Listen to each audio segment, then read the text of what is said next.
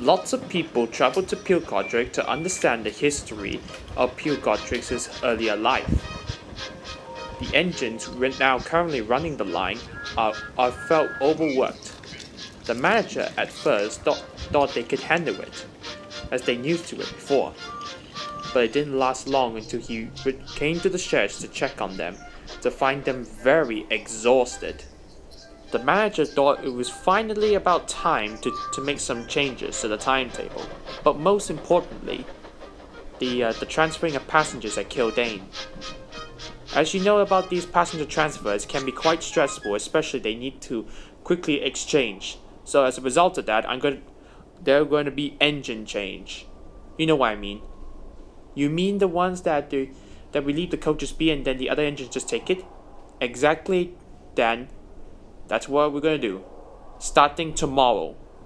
The engines felt quite relieved. Also, another thing. There will be a surprise later. You will just have to wait.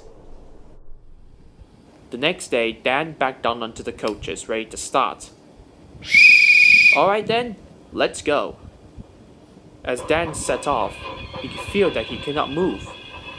Ugh, come on, let's keep moving. Whoa, easy there, boy, said his driver, and he quickly shut him down.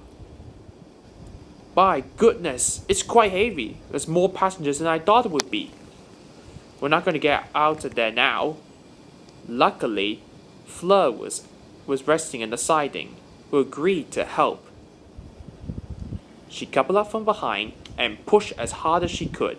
At last, the train was able to move.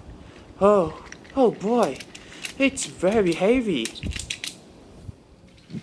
Dan rushed down the line as fast as he could. Eventually, he reached Kildane. A black fire was waiting for him. Where have you been? He said. You must be a really lazy engine. When he was told that Dan needed help to get the train moving, Dan was tired but didn't say anything else, and he went into a siding. There, the Black Five took the train and rumbled away.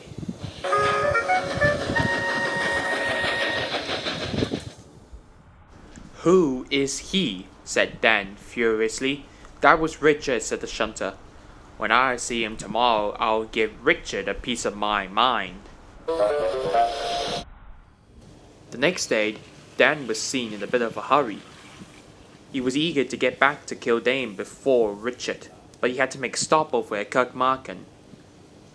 Caldy noticed Dan's expression. Boy, Dan, you look panted out. Care to explain what's going on? Dan didn't have time to say anything else. Sorry, Caldy, no time to talk. I'll chat with you later, he said as he rushed off.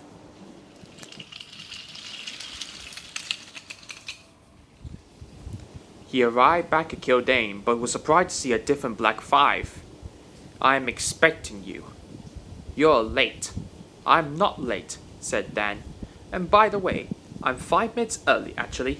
You haven't been used to my timing yet. Dan snorted off and watched as the Black Five went off. A short while later, he was pondering to himself who was he and where is Richard, until he noticed a Black Five who he had seen earlier in yesterday pulled up. Do you know how hard work means? He said. Dan looked up. He knew this before, but he decided to introduce himself before he could speak out to him. I'm Dan. What's yours? The engine looked at him. I'm Richard. So you're Richard who believes and thinks I'm lazy. He finally got the chance to snap out.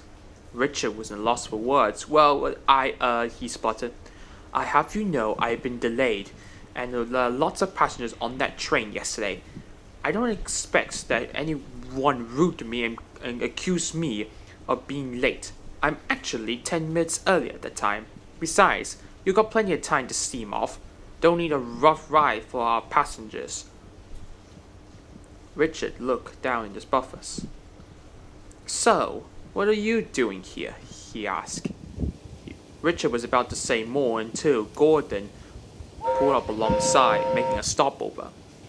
Hello, Dan. Oh, Richard, what are you doing here?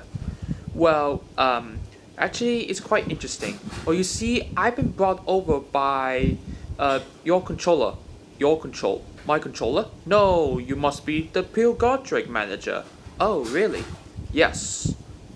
And a short while later, the other Black 5 pulled up. Oh, sorry about that. About earlier. I guess you were right. You are early. By the way, my name is Roger. Nice to meet you, Richard and Roger. So what are you two doing here in the first place? Said Dan. Well, I can explain everything, said the manager. Now, you already introduced both of them already. Yes, sir. So I brought them over from a nearby heritage railway to come and help us for a while. Oh, they are really great, sir, said Dan. That's excellent. I heard good reviews afterwards. And, sir, speaking of surprise, is this a surprise? Yes, part 1, actually. Now it's on to part 2. Part 2 of the surprise, sir? What is it? The manager looked at all the engines. You will have to wait and see, like I said.